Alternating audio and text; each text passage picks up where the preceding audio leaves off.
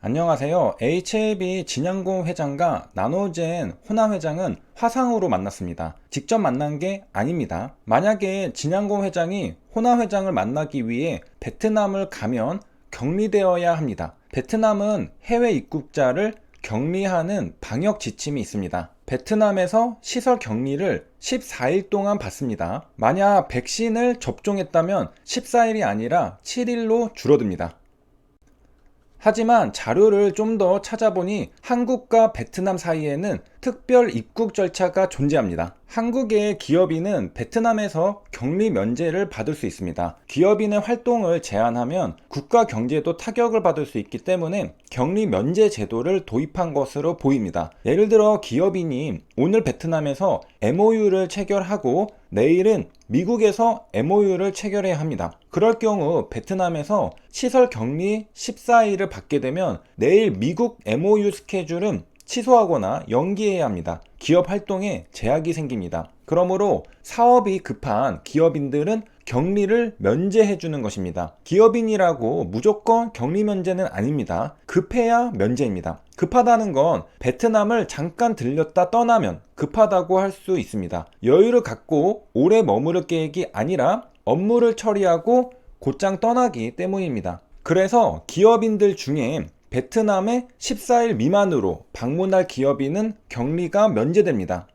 기업인인데 베트남에 한 달, 두 달 머무른다면 급하지는 않다는 걸 알 수 있습니다. 혹시나 코로나 바이러스를 보유한 기업인이 베트남에 오랫동안 머물게 되면 코로나 바이러스를 전파시킬 가능성이 생깁니다. 그렇기 때문에 이런 경우에는 기업인의 코로나 전파 가능성을 차단시키기 위해 시설 격리를 해야 할 것입니다. 만약에 진양공 회장이 베트남을 14일 미만으로 방문했다면 격리 면제를 받고 MOU만 체결하고 곧장 한국으로 돌아올 수도 있었을 겁니다. 하지만 외국을 한번 나가려면 격리 면제를 하더라도 비자 발급, 호텔 예약, PCR 검사 등 복잡한 절차가 많습니다. 그래서 MOU 체결 단계에서는 화상으로 만난 것으로 보입니다. 진양공 회장과 나노젠 회장은 조만간 또 만납니다. 왜냐하면 HLB와 나노젠의 기술 이전 협의는 석 달 내에 마무리할 계획이기 때문입니다. 그래서 석 달 안에 만날 것입니다. MOU에서는 서로 이해한 것을 메모했습니다.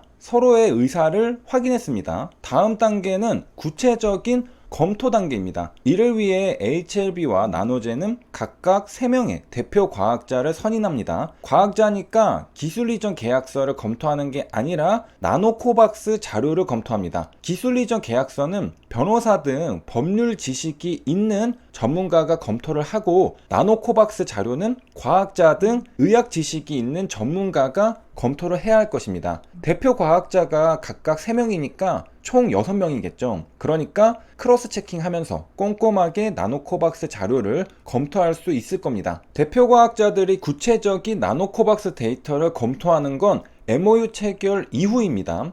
하지만 HLB가 MOU를 체결하기로 결심하게 된 나노코박스의 데이터도 있었겠죠. 대중에게 공개된 데이터일 테고 그 데이터 중에는 항체 생성도 있었을 겁니다. 나노코박스는 2차 투여 14일 후 90%가 넘는 항체 생성을 보였습니다.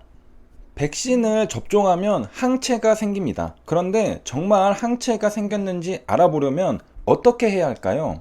우리가 코로나 감염 여부를 확인할 때는 코에서 검체를 채취합니다. 하지만 항체 생성 여부를 확인할 때는 피를 뽑아서 검사합니다. 그러므로 임상시험에서 나노코박스의 항체 생성 여부를 파악하기 위해 임상 참여자들은 백신 접종 후 시간이 지나고 피를 뽑았을 거라 예상할 수 있습니다. 피를 뽑아 항체를 검사해서 항체가 생성되었다면 리액티브로 진단됩니다. 양성이라는 뜻입니다. 만약 항체가 없다면 non reactive로 진단됩니다. 음성이라는 뜻입니다. 항체 검사는 정성 검사와 정량 검사 두 가지로 나뉩니다. 정성 검사는 우리 몸에 항체가 있는지 없는지만 진단합니다. 생각해보면 정성 검사만으로는 안심할 수 없다는 걸 알 수 있습니다. 왜냐하면 항체가 있는 게 중요한 게 아니라 항체가 충분히 있는 게 중요하기 때문이죠. 그래서 정량 검사를 합니다. 정량 검사는 항체가 어느 정도 있는지 그 양을 측정합니다. 다만 아직 코로나19를 예방할 수 있는 기준 항체량이 정해지지 않았기 때문에 정량 검사를 받아도 의미 있는 해석을 할 수 없습니다. 그러니까 항체량이 최소한 얼마여야 코로나19를 예방할 수 있는지 밝혀진 기준치가 없다는 것이죠. 시간이 지나면 밝혀질 것입니다. 그래서 현재 시점에서는 항체량이 높을수록 좋다고 해석하면 될 것 같습니다. 어떤 사람들이 항체가 잘 생성될까요? 젊을수록 항체가 잘 형성된다고 합니다. 그리고 면역력이 높을수록 항체가 잘 형성된다고 합니다. 만약에 면역 억제 치료를 받아 면역력이 저하된 경우에는 일반인보다 항체 형성률이 낮아진다고 합니다. 아무래도 항체는 비세포가 만드는데 비세포가 억제되어 있으면 항체가 잘 생성되지 않겠죠.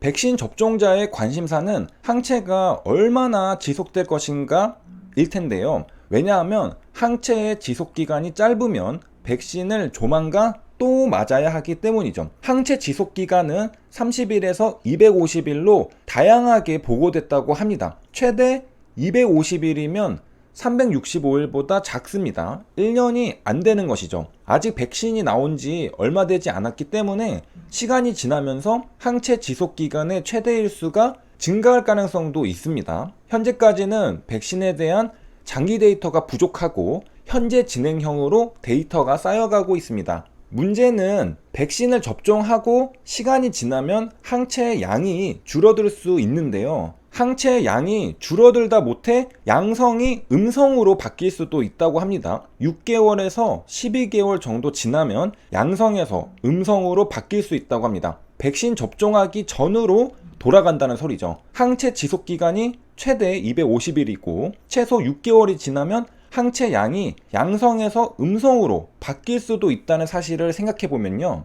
이 데이터가 사실이라면 사실상 백신 접종 후 1년이 지나기 전에 한 번 더 백신을 접종해야 한다는 소리가 됩니다. 왜? 항체가 상당히 많이 줄어드니까 말이죠. 백신 접종 횟수가 늘어나면 백신 개발 회사는 대박이 나는 겁니다. 일회성 매출이 아니라 지속성 매출이기 때문이죠. 쿨타임 차면 또 한 번 매출을 회전시킬 수 있는 겁니다. 언제까지? 코로나가 끝날 때까지죠. 일반인 입장에서는 그 사이 더 좋은 백신, 더 좋은 치료제가 나오길 기다릴 수밖에 없습니다. 자, 이렇게 해서 이번 시간에는 베트남 격리 기간과 석 달 내 기술 이전 마무리와 항체는 피를 뽑아서 검사한다는 사실까지 알아봤습니다. 혹시나 백신 접종을 했는데 항체가 생성됐는지 알고 싶으신 분들은 병원을 방문하시면 됩니다.